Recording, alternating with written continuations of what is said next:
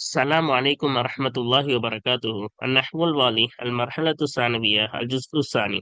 النحو الواضح கிதாபில் இரண்டாம் நிலையான இதில் பகுதி 2 கண்டு கொண்டிருக்கின்றோம். அல்ஹம்துலில்லாஹ் இதுவரை 125 பாடங்கள் முடிந்து இன்ஷா அல்லாஹ் இன்று 126வது பாடத்தை நாம் துவங்குவோம்.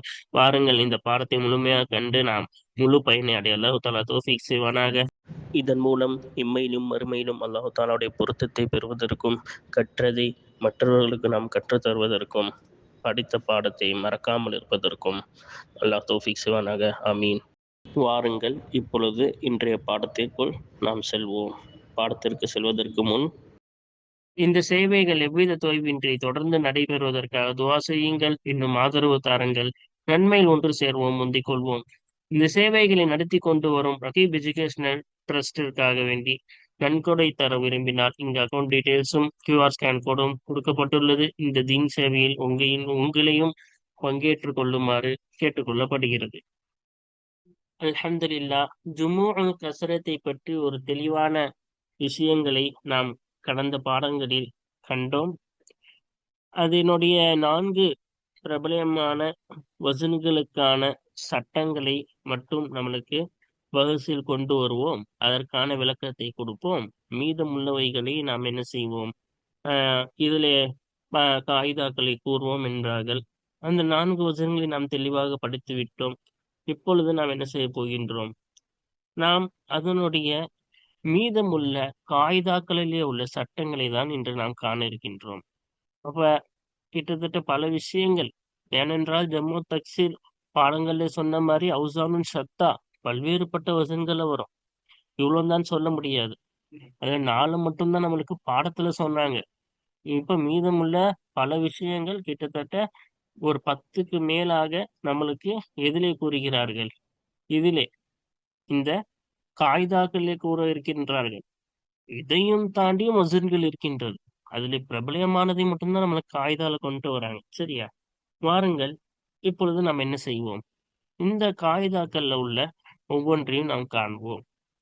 ஏனென்றால் கடைசி பாடத்தில் இந்த 4 வசன்கள் என்னென்ன வசன், ஃபுஅலுன், ஃபஅலா, ஃபஅலத்துன், அதே போல ஃபுஅலா, இந்த 4 வசன்களின் தெளிவை கடைசி பாடத்தில் முடித்திருந்தோம். 169வது பாடம் இது பஸ்ஸில் கூட கொண்டு வரவில்லை, அங்கேயே சொல்லிட்டாங்க நம்ம காகிதால மட்டும்தான் கொண்டு வருவோம்னு. அந்த விஷயத்தை தான் நாம் என்ன செய்ய கொண்டு இன்று நாம் காண இருக்கின்றோம். ஓகேவா? இப்ப வாருங்கள் 169வது சட்டம். அப்ப நஹ்வுல் கிதாப் இரண்டாம் நிலையில் முதல் பகுதியிலிருந்து ஆரம்பித்து 2வது பகுதியில் நாம் 169வது காயிதாவில் உட்கார்ந்து இப்பொழுது பார்க்க இருக்கின்றோம். சரியா?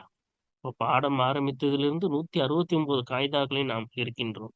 இப்ப இந்த காயிதாக்கள் என்று கொடுப்பது காரணம், சட்டங்கள் எல்லாம் தவிர்த்து இந்த காயிதாவை நாம் மரணம் செய்து கொள்ளும் பொழுது, அதை நாம் நன்கு மரணமாக இருக்கும் பொழுது நம்மளுக்கு சட்டம் நாம் யோசிக்காமல் டக்குன்னு நம்மளுக்கு ஞாபகம் வருவது என்பதற்காக தான். எப்படி அல்ஃபியாவில் பைத்தாக சொல்லி நாம் சட்டங்களை ஞாபகம் வைத்துக் கொள்வதற்கு அந்த பைத்தை நாம் மனனம் செய்வோமோ அல்ஃபியா கித்தாபில், அதே போல இந்த கித்தாபில் காயிதா என்ற அடிப்படையில் இதை நாம் மனனம் வைத்துக் கொண்டால் நம்மளுக்கு சட்டங்கள் மறக்காமல் இருப்பதற்கு மிகவும் பயனுள்ளதாக இருக்கும். சரியா? அல்ஹம்துலில்லாஹ், கடந்த பாடத்தில் நாம் பாதி வசன்களை முடித்துவிட்டோம். ஜுமூஉல் கஸரத்தை பற்றி ஃபுஅலத் வசனை கண்டோம். அது முதக்கர் ஆக்கிலுக்கு வஸ்ஃபாக வந்தால் ஃபாயில் வசனில் வந்தால், லா முஅத்தல்லாக இருந்தால் ஃபுஅலத் வசனில் வரும் என்றும், ஃபுஅல் வசன் பார்த்தோம். ஃபாயில் என்று ஒரு வஸ்ஃபு வந்தால் ஃபாயிலத் என்பதில் ஒரு வஸ்ஃபு வந்து லாம் கலிமா சஹீஹாக இருந்தால் ஃபுஅல் வசன் வரும் என்றும், ஃபுஆல் வசனை பார்த்தோம். ஆக்கில் முதக்கருக்கு வஸ்ஃபாக வந்தால் ஃபாயிலுடைய வசனில் வந்து லாம் கலிமா சஹீஹாக இருந்தால் ஃபுஆல் வசனில் ஜம் வரும் என்றும், அஃபீலா வசன் பார்த்தோம். ஒரு ஆக்கிலுக்கு வஸ்ஃபாக வந்து ஃபாயில் என்ற அர்த்தத்தில் வரக்கூடிய ஃபாயிலில் வந்து லாம் கலிமா முஅத்தல்லாக இருந்தால் அல்லது முலஅஃபாக இருந்தால் அஃபீலா வசனில் வரும் என்று ஃபுஅல் வசன் கண்டோம். அது பன்மையாக இருந்தால் ஃபுஅலத் என்ற ஒரு இஸ்மில் வரக்கூடிய வசனுக்கு பன்மையாக இருந்தால், அல்லது ஃபுஅலா என்ற ஒரு வசனில் வரக்கூடிய வஸ்ஃபுக்கு ஃபுஅல் என்று வரும் என்றும், ஃபிஅல் கண்டோம். ஃபிஅலத் வரக்கூடிய ஃபிஅலத் என்ற வசனில் இஸ்முக்கு பன்மையாக ஃபிஅல் வரும் என்றும், அதே போல ஃபஅல் என்ற வசனில் வரும் இஸ்முக்கு பன்மையாக வரும்.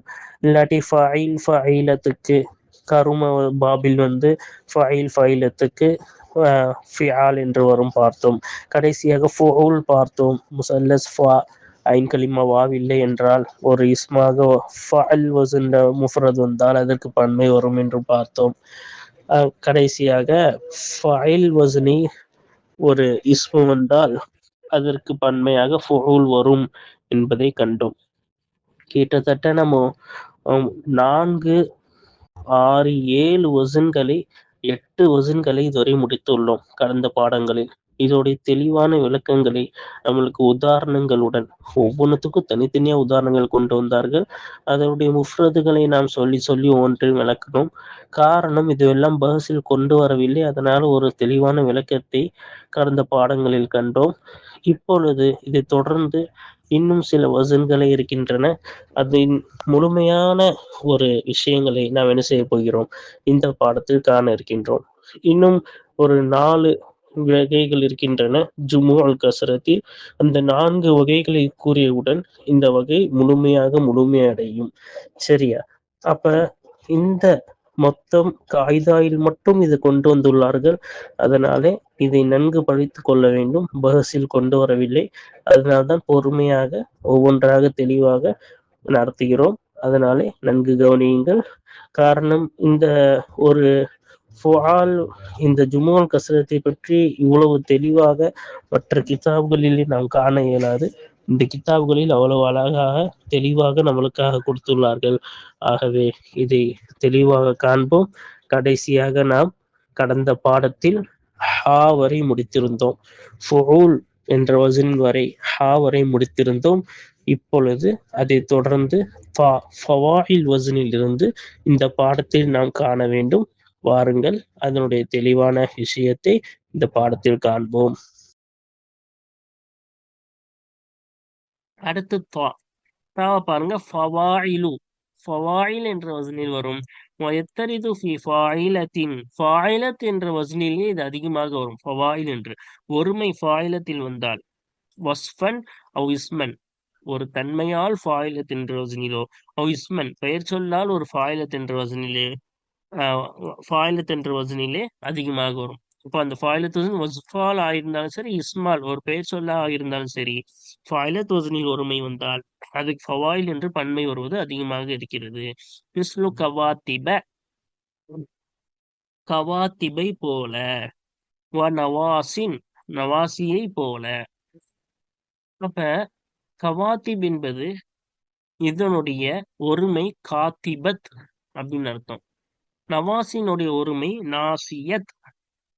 அப்ப காத்திபத்துடைய பன்மை கவாத்திப்.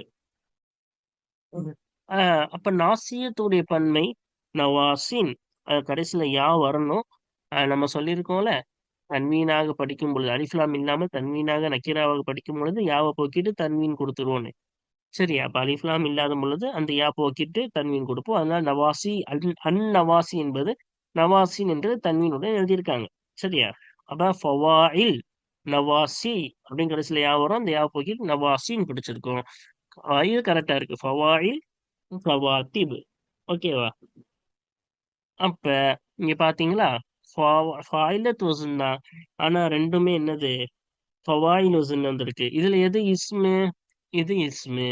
ஏன் இது இஸ்மு? இது உச்சந்தலை. நாசியத் என்பது உச்சந்தலைகள்.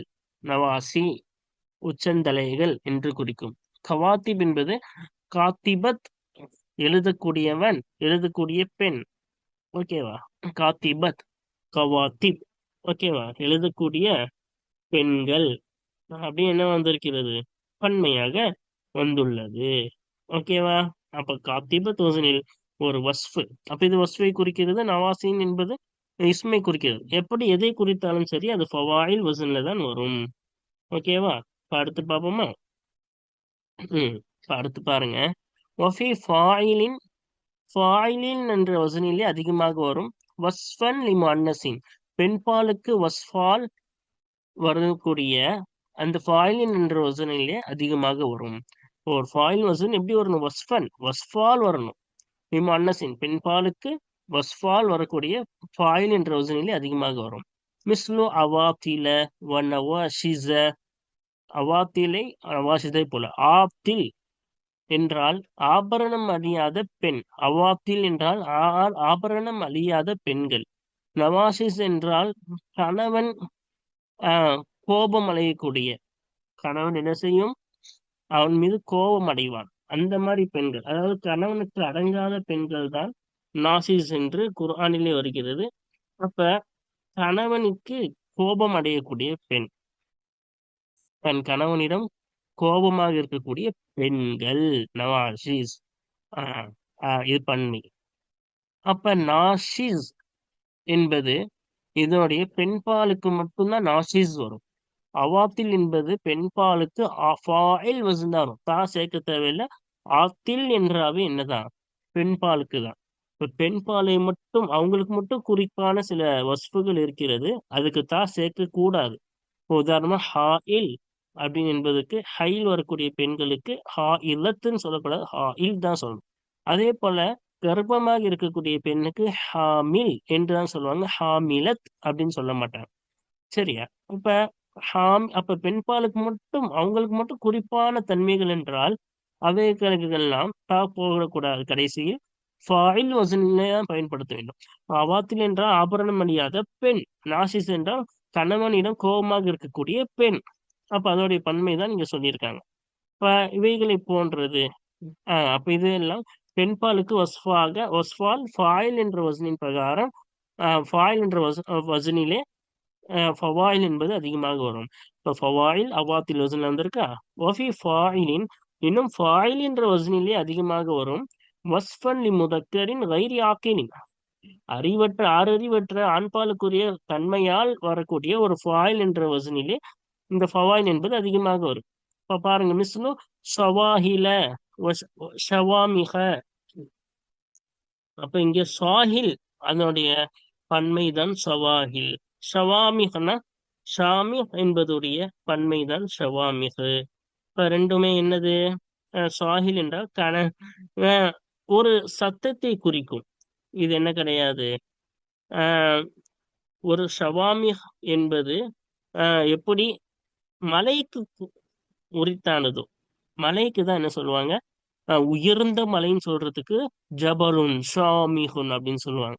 அப்ப ஷவாமிகனா உயர்ந்த மலைகள், உயரமானவைகள். அப்ப இது மலை என்று அறிவற்றது தானே. இப்ப அறிவற்றது ஆண்பாலுக்குரிய தன்மையாக, உயரம் என்பது ஒரு தன்மை தானே, ஆண்பாலுக்குரிய ஒரு தன்மை. ஜபலுன் என்பது முதக்கர், அதற்குரிய தன்மை தான் ஷவாமிக். ஷவாஹில் என்பது குதிரை. குதிரை கனைக்கும், அந்த கனைக்கும் சத்தத்திற்கு சவாஹில் என்பார்கள். இப்ப சாஹில் என்றால் கனைக்கக்கூடியது, சவாஹில் என்றால் கனைக்கக்கூடிய வைகள். இப்ப கனைக்குதல் என்பது ஆறறிவற்ற ஒண்ணுதானே. குதிரை என்பது ஆண்பால் தானே, ஃபரஸ் என்பது ஆண்பால் தானே. இப்ப ஆண்பாலுக்கா இருக்கிறது, ஆனால் ஆறறிவற்ற குதிரையாக இருக்கிறது, அதுக்குரிய தன்மையாக இருக்கிறது. ஃபாயில் வசன் வந்திருக்கானா.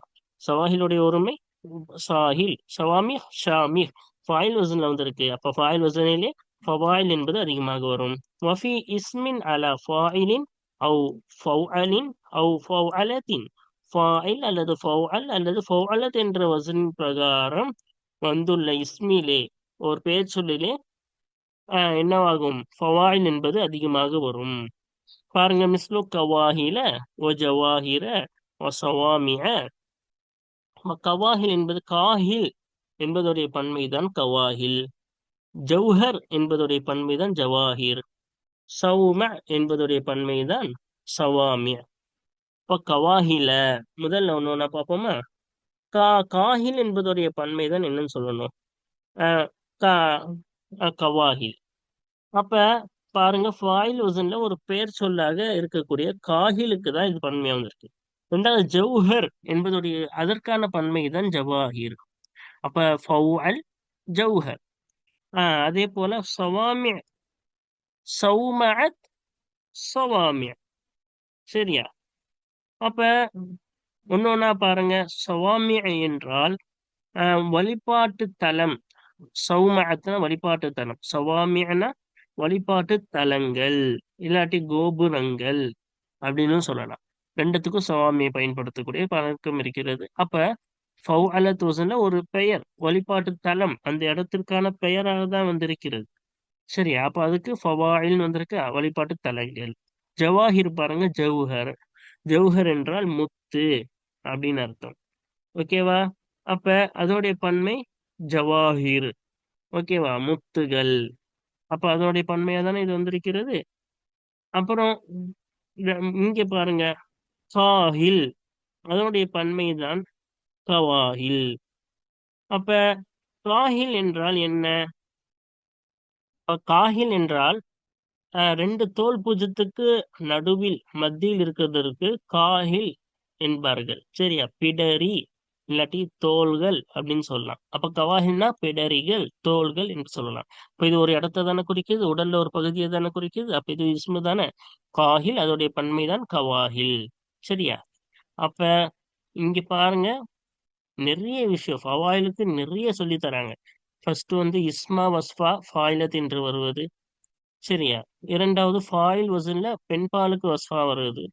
மூணாவது ஆண் பாலுக்கு அறிவற்ற ஒண்ணுக்கு ஆண் பாலுக்கு வஸ்ஃபா ஃபாயில் என்ற வசன்ல வருது. கடைசியா ஃபாயில் ஃபௌஅல் ஃபௌஅலத்து ஒருமை ஒரு பெயர் சொல்லாக இருந்தா அதுக்கு ஃபவாயில் வரும். இன்னும் பல விஷயங்கள் நம்மளுக்கு சொல்லித் தராங்க.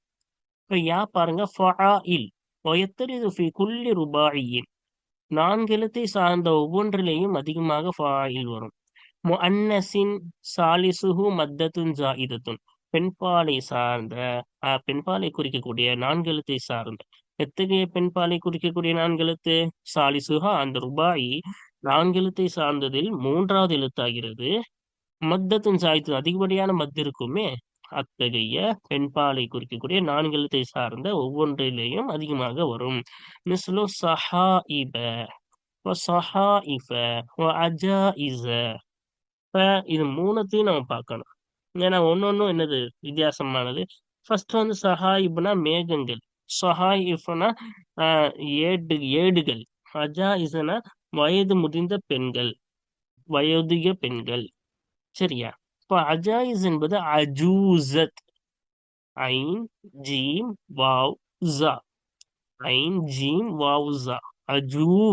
இப்ப 3வது எழுத்து வாவ் மத்தா வந்திருக்கா, அதான் ஜா வந்திருக்கிறது. அஜூஸ். சரியா?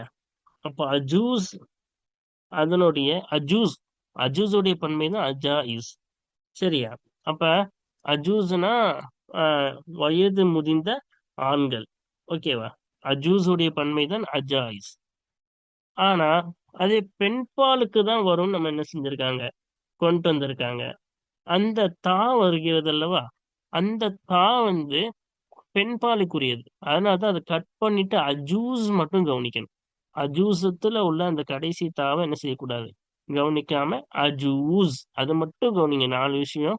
அந்த 4ல 3வது வாவு மத்தா வந்திருக்கிறது. சரியா? அப்ப அஜூசத்து தான் அந்த தாவு இல்லாம அஜூஸ் என்ற 4 எழுத்து, அதுல 3வது எழுத்து ஜூ அப்படின்னு வாவு மத்தா வந்திருக்கிறது. சரியா? அப்படி இருந்தால் அதற்கு அஜாயிஸ் என்று வந்துள்ளது. அடுத்து சஹீஃப், சஹீஃபத். அதுலயும் தாவ கவனிக்காங்க. சஹீஃப் மட்டும் கவனிங்க. அது சஹீ, சாது ஹா யா. சாது ஃபர்ஸ்ட், அடுத்தது ஹா வரும், அடுத்தது யா வரும். இப்ப யாவுக்கு என்ன இருக்கு? சுக்கூன்னு, அதுக்கு முன்னாடி கசரு. அப்ப யா மத்தா வந்திருக்கு. அப்ப 3வது யா மத்தா வந்திருக்கிறது. அது சஹீஃபத் கடைசியில குண்டுத்தா, அது வந்து தானி சொடியத்தா. அது இல்லாம சஹீஃப், அது 4 எழுத்துல 3வது எழுத்து யா மத்தாவா இருக்கிறது. இப்ப அதோடைய பன்மை சஹாஃபி, சஹாயிஃப். சரியா? இப்ப அடுத்து சஹாபத். சஹாபத்துடைய பன்மை தான் சஹாயிப். சஹா, சீன், சீனுக்கு அப்புறம் என்ன வரும்? ஹா வரும். ஹாக்கு அப்புறமா அலிஃப், அலிஃப் மத்தா வந்திருக்கா. இப்ப சஹா பா, அதுக்குமா தா தானி சொல்லிட்டு அது சேர்க்காம 4 எழுத்துல 3வது எழுத்து சஹா அலிஃப் வந்திருக்கிறது. அலிஃப் மத்தா வந்திருக்கிறது. ஓகேவா? அப்ப 3மே 4 எழுத்து தான். சஹாப், சஹீஃப், அஜூஸ். 4 எழுத்து. அதுல 3வது இது அலிஃப் மத்தா, இல்ல யா மத்தா, இல்ல வாவ் மத்தா வந்திருக்கு. தைனு சுடைத்தா சேர்க்காம கரெக்டா 4 எழுத்துல வந்திருக்கிறது. அப்படி இருக்கும் பொழுது அதுக்கு பன்மை ஃபஆஇல் வசன்ல வரும். ஃபஆஇல், சஹாயிப், சஹாயிஃப், அஜாயிஸ். கடைசியில காஃப் பார்க்க போகிறோம். சரியா? இது எழுத்து நம்ம முன்னாடியே சொல்லியிருக்கோம். இப்ப எத்தனை வந்திருக்குன்னு பாருங்க. முதலாவதுல இருந்து அம்சா முதலாவது, பா இரண்டாவது, அப்புறம் ஜீம் 3வது, தால் 4வது, ஹா 5வது, வாவ் 6வது, ஸா 7வது, ஹா 8வது, தா 9வது, அப்புறம் யா 10வது. இப்ப 11வது நம்ம பார்க்க இருக்கிறோம். காஃப். காஃப்னா 11வது. இப்ப மஃபாயிலு. மஃபாயில் வஸன் எப்போ வரும்? வயத்தரிது ஃபி குல்லி ருபாயியின் மப்தூஇன் பிமீமின் ஸாயிதத்தின். அதிகப்படியான மீமை கொண்டு ஆரம்பிக்கப்பட்ட நான்கெழுத்தை சார்ந்த ஒவ்வொன்றிலேயும் மஃபாயில் என்பது அதிகமாக வரும். இப்ப முதக்கரன் கான அவ் முஅன்னஸன். ஆண்பாலாக ஆகியிருந்தாலும் சரியே, அந்த ஒவ்வொரு ருபாயியும் ஆண்பாலாக ஆகியிருந்தாலும் சரியே, அல்லது பெண்பாலாக ஆகியிருந்தாலும் சரியே, அதிகப்படியான மீமை கொண்டு ஆரம்பிக்கப்பட்ட நான்கெழுத்தை சார்ந்த ஒவ்வொன்றிலேயும் அதிகமாக வரும். மிஸ்லு மஃபாசித வ மனாசில. இப்ப இது மனாசில, மஃபாசித் இருக்கிறது அல்லவா? இதோடைய ஒருமையை பார்க்க வேண்டும். இதோடைய ஒருமை மஃப்சதத். என்னது? மஃப்சதத். 4 எழுத்து தைனிசுடைய தா சேர்க்காம மேல மாரி தைனிசுடைய தா சேர்க்காம மஃப்சத். மனாசிலோடைய ஒருமை மன்சில். ஓகேவா? அப்ப இது 2த்துலயும் மீம் அதிகப்படியானது தானே? ஏன்னா அசல் எழுத்து என்னன்னா ஃபா, சீன், தால் தான் அசல். இதுலயும் நூன், ஸா, லாம் தான் அசல். இப்ப 3 எழுத்து தான் அசல். அது இல்லாம வேற எல்லாமே என்னதுதான்? ஜாயிதா தான். அப்ப மஃப்சதத். என்னது? மஃப்சதத். ஓகேவா? அதே போல மனாசில், மன்சில். மீம், நூன், ஸா, லாம் 4 இருக்கா? அதுல மீம் அதிகம், நூன், ஸா, லாம் தான் அசல். மஃப்சதத்துல கடைசியில தயின்ஸுடைய தா விட்டுருங்க. ஃபா, சீன், தால் தான் அசல். மீம், ஜாயிதா. இப்ப ஆரம்பத்துல 2த்துலயும் மஃப்சத், மன்சில் 2த்துலயும் மீம் ஸ்டார்டிங்ல அதிகமா வருது. இப்ப அதிகப்படியான மீம் ஆரம்பிக்கப்பட்ட அந்த மீமை கொண்டு ஆரம்பிக்கப்பட்டதா தான் இருக்கிறது. அது 4 எழுத்தை சார்ந்ததாக இருக்கிறது அல்லவா? அப்படி இருக்கும் பொழுது அதற்கு அதிகமாக மஃபாயில், மஃபாசித், மனாசில் என்றுதான் என்ன செய்யும்? பன்மைகள் வரும். ஓகேவா? அப்ப இதுல தீமைகள் அர்த்தம். மஃபாசிதுனா தீமைகள் அப்படின்னு அர்த்தம். அப்ப மனாசிலனா தங்கும் இடங்கள். அதோடைய பன்மை. சரியா? அல்ஹம்துலில்லாஹ் இதுவரை நம்ம எல்லா ஜும்மு கஸ்ரத்தை பற்றி பல விஷயங்களை நாம் பல பாடங்கள் கிட்டத்தட்ட 2, 3 பாடங்களாக நாம் கண்டு கொண்டிருக்கின்றோம். பாருங்கள், இதுக்கான பயிற்சிகளை நாம் பார்ப்போம். தொடர்ந்து அதோடைய பயிற்சிகளை முழுமையாக காணும் பொழுது இதை பற்றி ஒரு தெளிவு வரும். சொல்லப்போனால் ஜம்மு கஸ்ரத்தை பொறுத்தவரை சட்டங்கள் அதிகமாக இருக்கின்றன. காரணம் இது ஒரு கட்டுக்குள் கொண்டு வருவதே கஷ்டம். இமாம் அவர்கள் கஷ்டப்பட்டு நம்மளுக்காக ஒரு கட்டுக்குள் கொண்டு வந்து அழகாக நம்மளுக்கு ஜும்மு கஸ்ரத்தை இதற்கெல்லாம் இப்படி வரும் என்று சொல்லிக் கொடுத்துள்ளார்கள். இதை நாம் பயன்படுத்தி இதில் ஒரு தெளிவு வரும் பொழுது ஜுமுல் கஸ்ரத்தில் வேறு இடங்களில் நாம் இந்த கித்தாப்களில் நாம் பார்க்கும் பொழுதும் இதை ஞாபகம் வைத்து பார்க்கும் பொழுது சரியாக பொருந்தும். அந்த கித்தாபில் இப்படி இருக்கிறது, அதற்கேத்த மாரி வந்து இருக்கிறது. இப்ப நாம் படிக்கும் பொழுது ஒவ்வொன்றாக நாம் பயிற்சி நம்மளே எடுத்துக்கொள்ள வேண்டும். நாமளே இதற்கான பயிற்சிகளை செய்யும் பொழுது, இதைப் பற்றி ஒரு தெளிவான விளக்கம் நம்மளுக்கு வரும். வாருங்கள், கேட்டதின்படி இதை மறக்காமல் இருப்பதற்கு அல்லாஹு தஆலா நம் அனைவருக்கும் தௌஃபீக் செய்வானாக. இதை கற்றுத்தந்த இமாம் அவர்களுக்கு அல்லாஹு தஆலா நீண்ட பெரிய கூலியை அல்லாஹு தஆலா அவர்களுக்கு நிரப்பமாக கொடுப்பார்களாக. இன்னும் கற்றதை வைத்து நாம் அமல் செய்வதற்கும், இம்மையிலும் மறுமையிலும் நாம் அல்லாஹ்வுடைய பொருத்தத்தை அடைவதற்கும், கற்றதை மற்றவர்களுக்கு கற்றுத் தருவதற்கும் அல்லாஹ் தஆலா நம் அனைவருக்கும் தௌஃபீக் செய்வானாக. ஆமீன். வாஹிரு தஅவானா அனில் ஹம்துலில்லாஹி ரப்பில் ஆலமீன். அஸ்ஸலாமு அலைக்கும் வரஹ்மத்துல்லாஹி வபரகாத்துஹு.